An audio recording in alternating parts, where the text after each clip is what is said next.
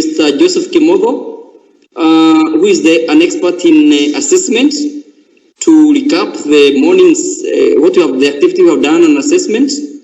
And then when Dr. Kimani comes in, she will wind up on the concept of inclusive practices. Mr. Kimogo, kindly come up. Thank you, Dean. Thank you, Dean. I hope you can hear me. You are loud and clear, and your slides are sharp. Thank you very much. Members and teachers and people who have joined us today, I'll take you through the assessment. And assessment is one of the critical components that teachers need to be well equipped with the right skills and knowledge, as well as attitude to be able to judge our students. So in the morning, in this critical area of content that we need to well fast with is the assessment. And this is assessment as assessment for learning and assessment of learning. So I'll take you through this, and first I'll start by defining the term assessment so that we are at par. According to Harris in 202, he says that assessment comes from a Greek word asedre, which means to sit beside. So teachers, you sit beside, or you sit together with the learner to assess the outcome of the learning experience.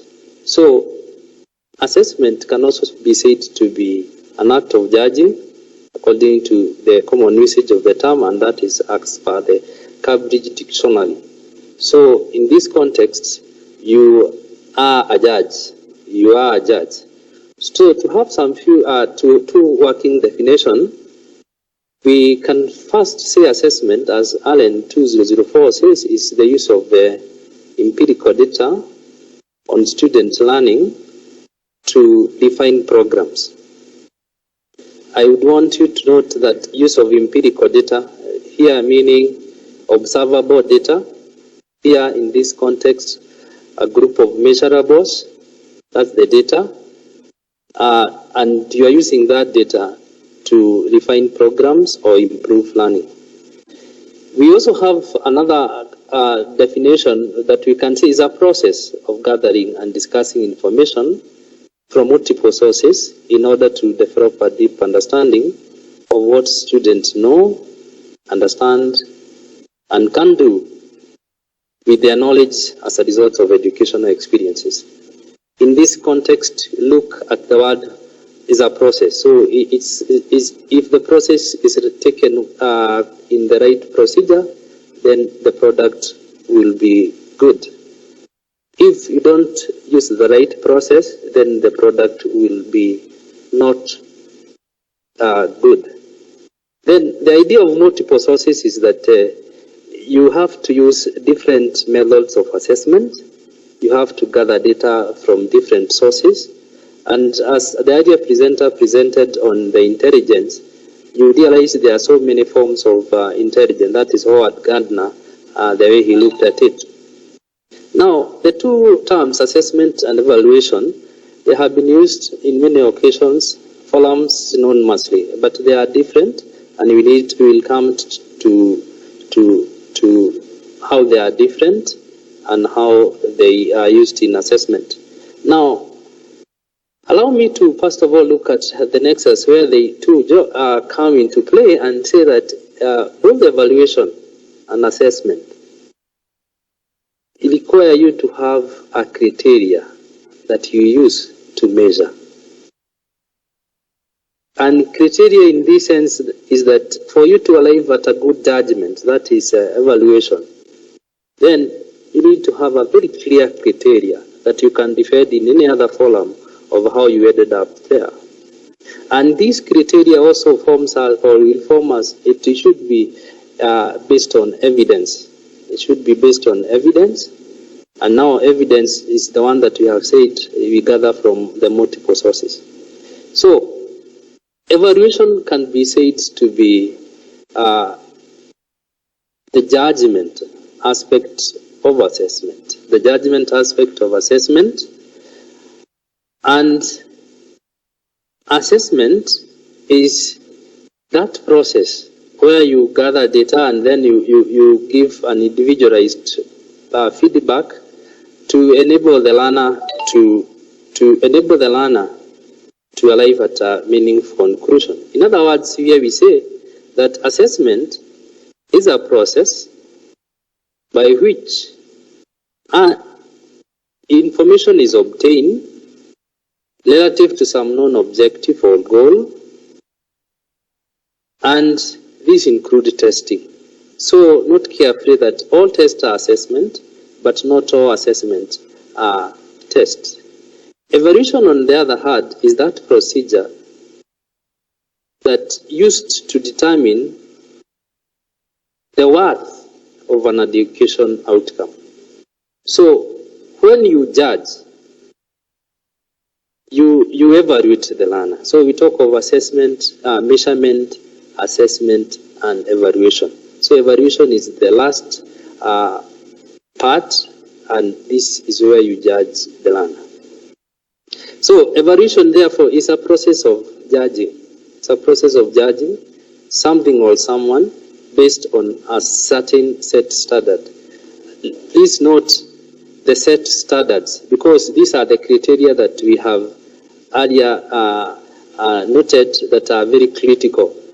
Now, the purpose of assessment is to increase quality. The purpose of evaluation is to judge. In this sense, therefore, you see assessment as a process that you need to sit together with a student, together with the student side by side, so that at the end of the day, the evaluation that you get, the evaluation that you do, it's of quality. Therefore, in terms of who benefits, assessment, the student benefit more, and they benefit from the evaluation, but many more other stakeholders benefit. These include the members of public as well as the other stakeholders. Now, in a nutshell, we say that assessment provides feedback to students, educators, parents, policymakers, as well as the members of public. But remember, here we'll talk of the different approaches and who benefits more. Assessment also affect decisions about grades. It also affect decision about advancement as well as instructional needs. Now, I'm just trying to be very brief. So assessment enables the teacher to set objective. So by the time the teacher states that at the end of the lesson, the learner will be able to 1, 2, 3. If you do not assess that, then how else can you say that you are able to achieve your objective? So at every lesson here, then the teacher needs to know how you will assess the student. Whether it's through the whole of questions, whether it's through a small exercise or through developing a portfolio, you can only know whether the objectives are assessed. They are achieved if you assess. 2, the knowledge or the intended outcome, that is the knowledge aspect, whether it was well grasped. And that's why you have noted that with the new CBC way of assessment, where we are using more on the authentic assessment, you will see this one is approaching expectation, has exceeded expectation, and such terms are used. So it's to check the level of understanding. You also can detect through assessment the difficulties or the challenges that the learner is experiencing through the feedback that you get from assessment. And then, based on that data, remember, you will now even able to speak to the learner that based on the outcome of this assessment, I have realized you have a small problem, or you have a problem with how you spell, or how if it is in a grammar class, how you pronounce some words. So, and through that, you can also check on the effectiveness of the teaching learning resources. And here, teachers, if you use class A, a different resource, and use class B, a different resource, and then you, as you assess, you realize class A has performed better than B, then you can attribute that one to the instructions or the resources that you have used. Again, this is where you say, based on data never lies, you can use data and you provide feedback to the parents and other stakeholders. And again, the learners again are motivated as well as directed when it comes to learning through their assessment outcome. And generally, again, through that, you can provide feedback for the curriculum. Now, let's look briefly on the assessment roles as well as goals. Now, teacher wear many hats, and as we want to present briefly, it's like, for instance, a teacher is a mentor. In the context of assessment, you will mentor people based on the feedback that you receive. A student, you have administered a test, you have a feedback. Now, if you don't use that feedback that you are given by through that process to mentor, you will not have done justice.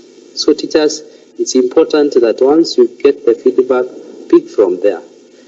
2, teachers as a guide. Teacher is a guide, and this guidance is offered based on the information that you receive from diagnostic assessment. So, how will you guide if you don't know the areas that I'm having or I'm experiencing difficulties? So, the assessment part or the assessment process gives you that data that will able to guide, and you'll guide based on certain that you are good at this, but from my assessment, you need to do more on this one. Again, remember, teacher is still an accountant. You will account, or we are moving from summative evaluation to more of formative evaluation. And this is where we are talking of authentic assessment. It's like reflection of the day, the portfolio assessment. And therefore, this CBC curriculum lays a lot of emphasis on the formative assessment or formative evaluation. Now, if you have the record that in term 1, or in this class you are able to, this is your record, then this is how you set the target, then you'll have done justice to that, to the student. And at the same time, you can report to the parent or to other stakeholders in a way that you can defend the student, you can defend you can defend the process, and you can defend the data that you have. So it is not so much on what you receive from the assessment, like more than what you do with assessment. And therefore, if I have used method A and have realized the students have, through assessment, they have not performed well, then I need to adjust. Then I need to revise, to do some bit of revision. So, and this is the reflective practice that we are advancing, or we are saying for us to move, or for us to succeed in this process, then we must be very reflective. Now, Approaches of assessment. There are three major approaches. We have assessment for learning, assessment as learning, and assessment of learning. Assessment for, assessment as, and assessment of learning. Assessment of learning. Of learning, I want you to note it's of learning. This is that type of assessment which a teacher summarizes and communicates what a learner knows and can do with respect to curriculum learning outcome, expectation at a specific time, or at the end of the unit or a term. This is assessment of learning. And so the feedback here has a very less impact on what the students have already learned, but this is more of an evaluation. And in this context, the teacher role is very critical. Remember, this is assessment of learning. Teacher must report accurately and fairly based on the evidence. Please, here, Mwalimu, when you have given a student an F and you have said this one is D or this one is an A student, you must be very fair. Remember, teachers will be judged more harshly because they are the only people, I believe, they have the power to judge. Otherwise, the Holy Book says, "Thou shalt not judge." But here you are saying, evaluation is judgment. You also need to demonstrate, or the process where you have arrived at this one, you must demonstrate competence and skills. So, if you used portfolio assessment and you are saying, this student has mastered this skill. Therefore, the way you evaluated that, or the way you evaluated how he has mastered the skill, it's very critical. You must demonstrate that. You also, through the same again, you need to have this is a reference point for making a judgment. It must be transparent. It must ensure that no decision can be challenged and you cannot defend, you may not be able not to defend it. Why? This is assessment of learning, summative at the end, where you say, this student, from my own assessment, I have given him an A. So that A, you must defend it. That A is very important. It means a lot to the life of student. It means a lot to the other development that will be done by other stakeholders, that the member of public, the parent, and the others. We also have assessment for learning. And assessments for learning is where the teacher uses exploratory tool to monitor the progress of an individual learner in a meeting or a representative number of outcomes in a subject. Here, this is the formative learning. This assessment is geared towards improvement. This assessment is geared toward improvement. So you assess for purposes of learning. So teacher in this case use assessment as investigation tool to find out how much the student has learned, how much he has grasped, and with that you are able to direct as well as to guide. Therefore, the teacher's role in assessment for learning is that you are supposed to be interactive. You interact with the learner, because remember you are improving learning and you are engaged in a dialogue. You are engaging in the dialogue and you are using assessment to help you navigate to move from point A to B. You are also using this in order to select and adapt materials and resources. So how can you adapt if you are not in any way having not assessed the difficulties maybe the learner as he or she is experiencing. So adaptation of materials is very important as well as the resources. Again, you create differentiated teaching strategies. Learner A might not able to learn with the same pace as learner B. So you differentiate teaching strategies. Class A may be, and class B is different based on probably sometimes people separate individuals based on group. Then it is the immediate feedback that you use to direct to the student. So this is assessment for learning. So teachers, this is formative. This is assessment that you use every day to guide learning. We also have assessment as learning. Assessment as learning. This is where now the learner is at the center stage, at the driver's seat.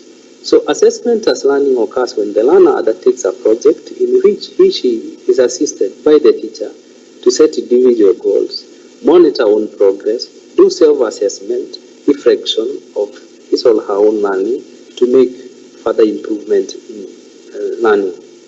So here, assessment as learning develops and supports student metacognitive skills, not many skills, and this form of assessment is crucial in helping students becoming lifelong learners. Remember, education is a lifelong issue. It's a process.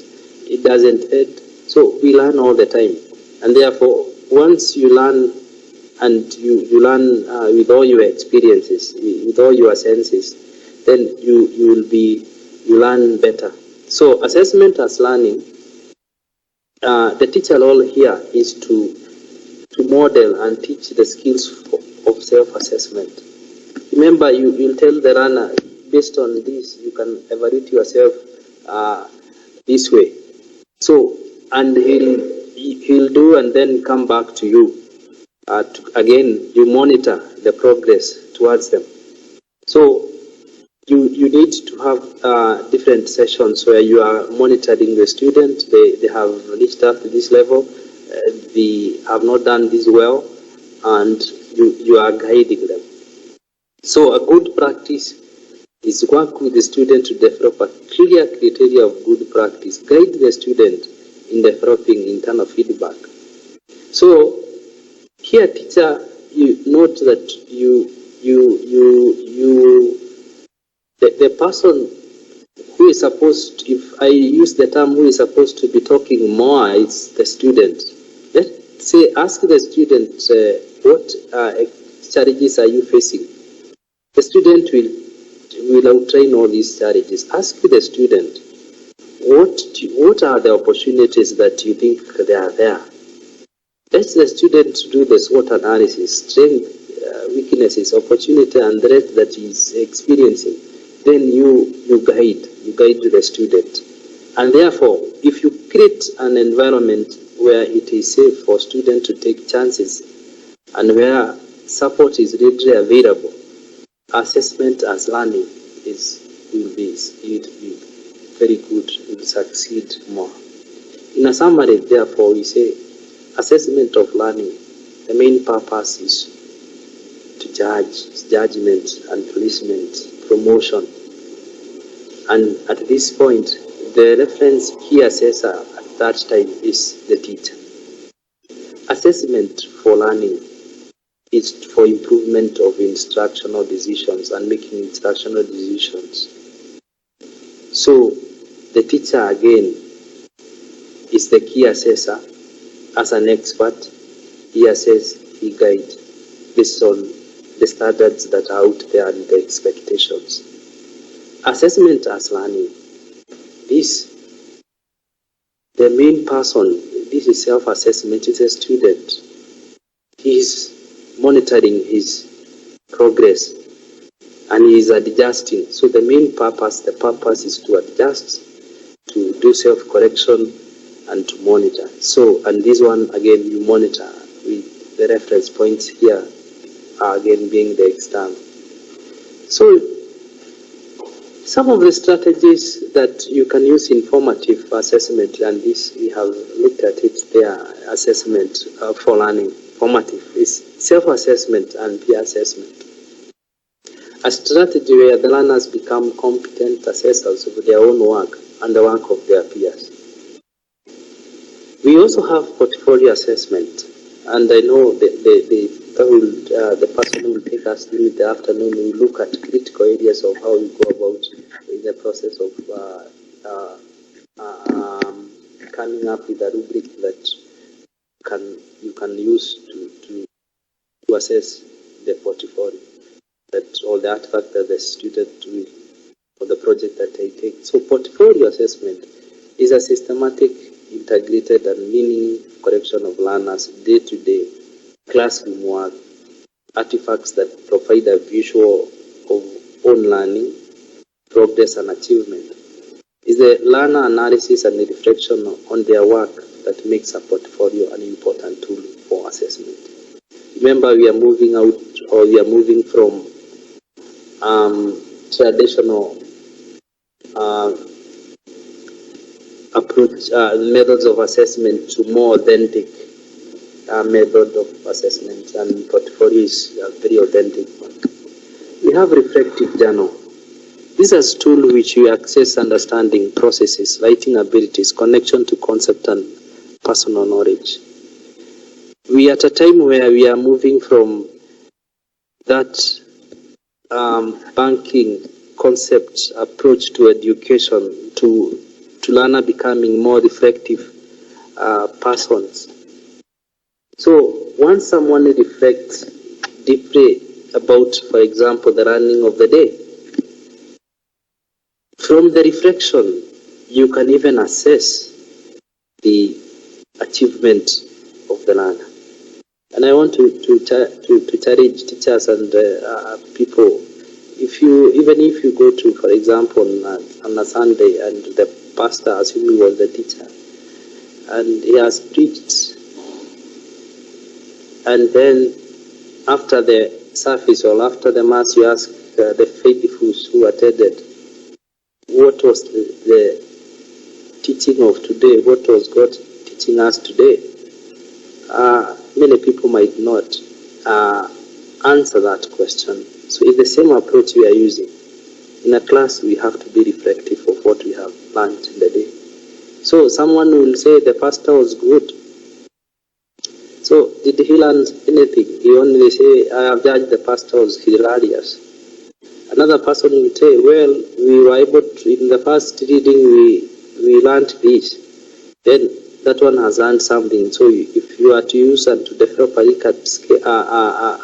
rating scale, you may have learned more than the one who just said, or he corrected and he just said the pastor was hilarious. Another person might say, well, today we learned 1, 2, 3, so he score more. So reflective journal is very critical. So in a summary, we can say this. Or I'll leave you with some quotations from Robert Stick, who said that when the cook tastes the soup, that is formative. So it's formative assessment. When the guests taste the soup, that is summative. That is Robert Stick. And we have Haynes 1991, who said that in reality, it is through the classroom assessment that attitude, skills, knowledge, and thinking are fostered, nurtured, and accelerated or stifled. So teachers, remember that you are a judge. You have been given a responsibility to judge, to assess. And when you do that in the classroom for the purposes of improving learning, it's formative assessment. When you do it at the head and you say that student has scored an F, that is all at the head, that is summative. But as you assess together with the student, then that one is assessment as learning.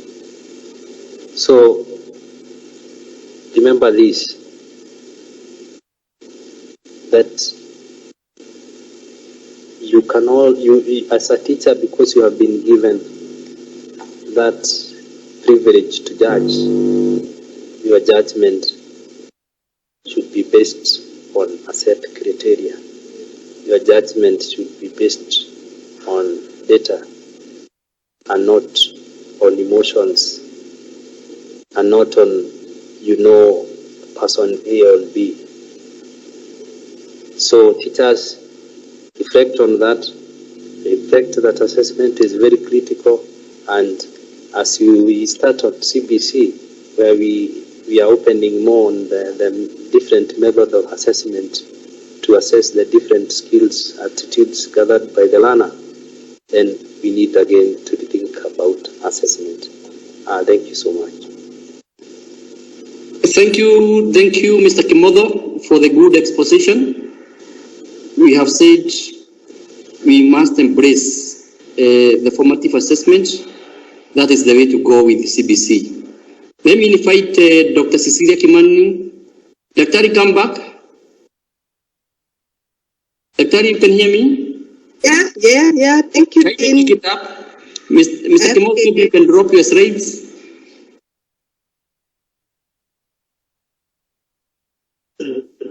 Now go ahead and share. Yeah.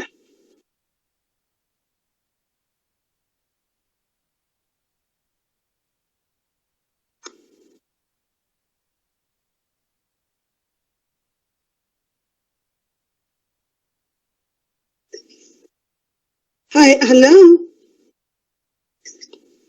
We can hear you. Go ahead, please, Daktari. And you can see my slide there? Yes, clear. Thank you. Thank you, and once again, my very sincere apologies. It's all about technology. I'm back, and I hope I'll be able to finalize. So, our teachers, welcome. I know yesterday you got yourself involved in these activities on inclusive education, and I want to believe that you all know what it is all about. But yes, the section was about recognizing the global trend. Right now, globally, we are going inclusive education. And when we talk about inclusive education, we are talking about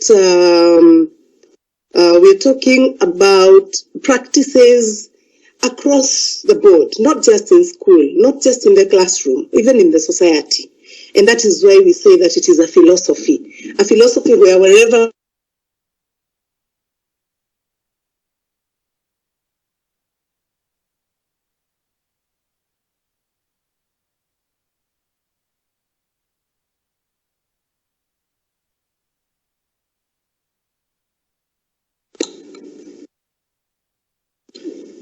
Daktari, you seem to have lost you. Dr. Kimani?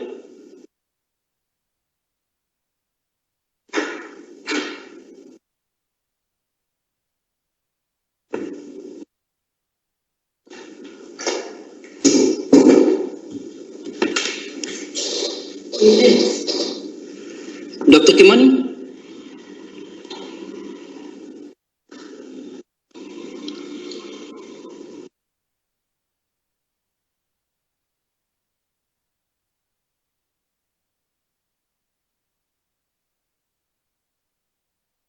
She has left.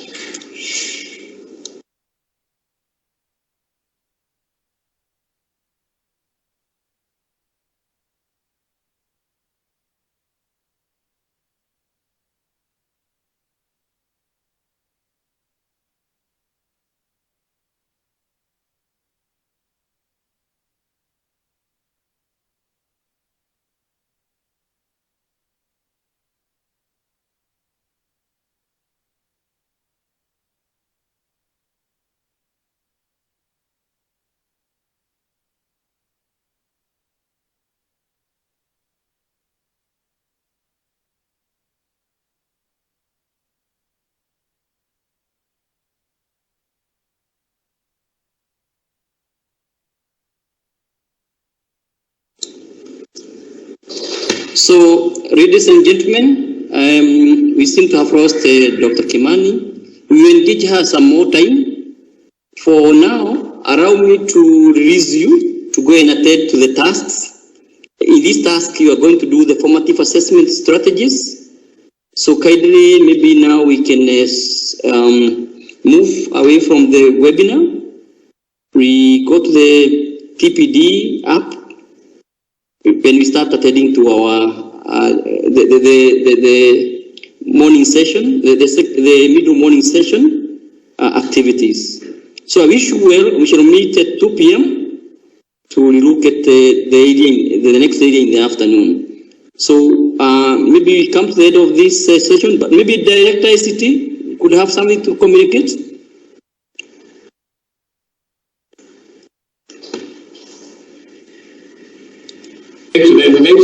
Currently, all what I wanted to say is that we will be posting a reminder on the e-learning on this when the sessions are due. If you, for example, check on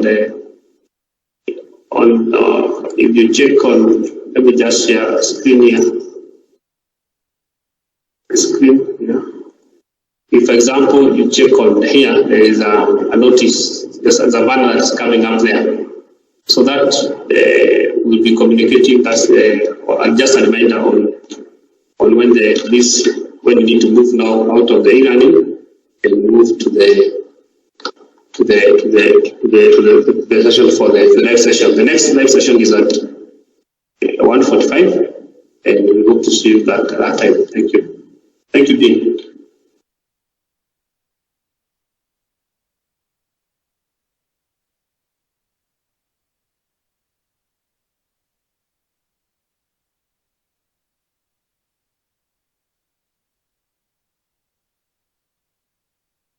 With that, now I think we can call it.